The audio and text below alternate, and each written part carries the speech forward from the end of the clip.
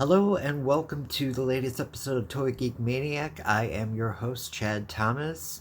So set your phasers to stun and let's get going.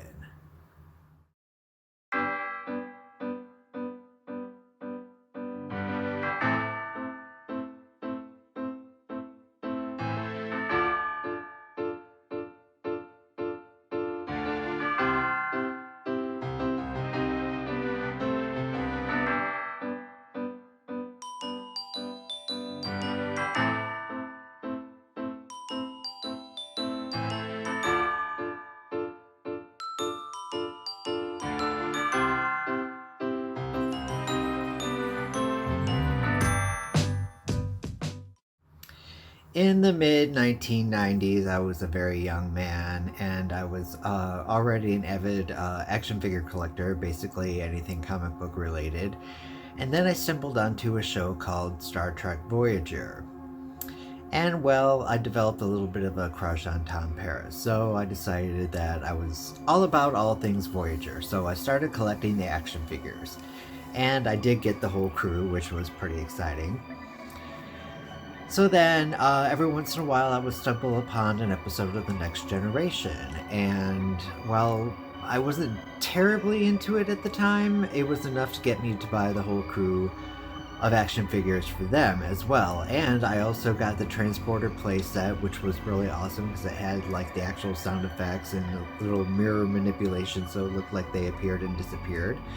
And I also had myself a little personal tricorder with all the sound effects from the show too. It was really awesome. I still wish I had those things to this day.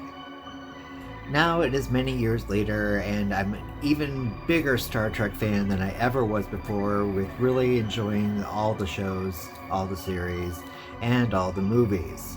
So that brings us to my newest Star Trek collection. Now, my original has long since been gone by the wayside, so I decided that I would peruse Amazon to see what I could find, if there was any really good deals on there, or if there was just going to be overpriced action figures because they're collector's items. Well, it's been 26 years since this movie came out. You would figure that, these would have some value. Oh, but not really. I've paid anywhere between $5 to $8 for each of these figures, which at the time I believe they retailed for $4.99. I could be wrong, it could have been $6.99. But anyways, let's kick things off with Lieutenant Commander Data. Okay, first off, each figure comes with a mini poster for Star Trek Generations. I'm going to keep this one in its little package. Not that it'll accrue much money over time, but I think it might be a fun little collectible eventually. Alright, so considering these toys were made by Playmates, there wasn't a whole lot of articulation at the time.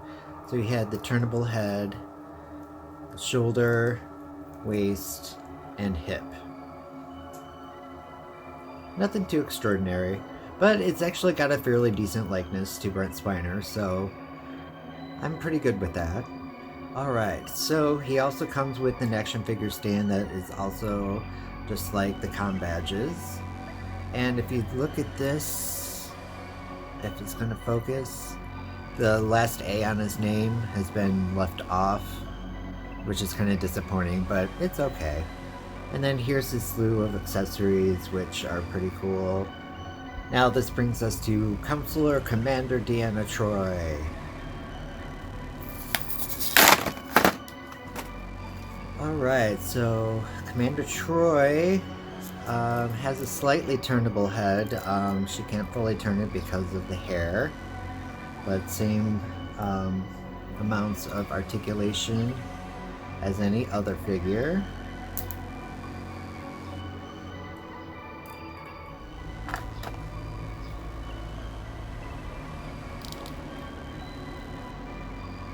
And there she is on her stand.